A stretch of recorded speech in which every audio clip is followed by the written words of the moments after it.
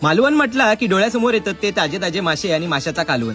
बरेच पर्यटक तर फक्त मासे खाऊसाठी मालवणात येतात, कारण हयच्या माशाच्या कालवणात एक वेगळीच चव असता. त्यामुळे पर्यटक नेहमी मालवणला पहिली पसंती देतात. ह्या झाला पर्यटकांसाठी, पण आमच्यासारख्या स्थानिकांचा काय? आमच्या घरात तर वर्षाचे 12 महिने मासे खेकडे ह्या चालूच असतात.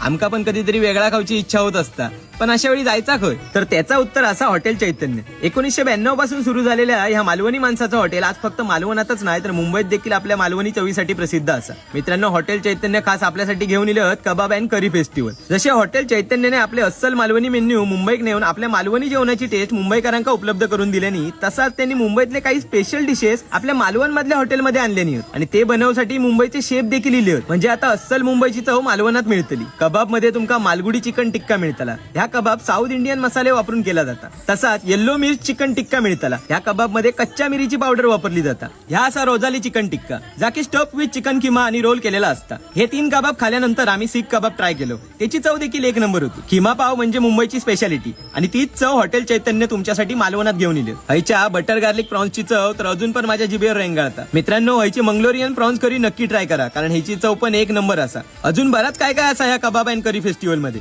आणि हा सगळ्यात महत्वाचा म्हणजे ह्या फेस्टिवल ठराविक काळापर्यंत चालू असा. तसंच संपूर्ण मालवणात ह्यांची पार्सल सेवा देखील उपलब्ध असा. मग वाट कसली बघतास? आजच भेट देवा भरण मालवण येथील हॉटेल चैतन्यला.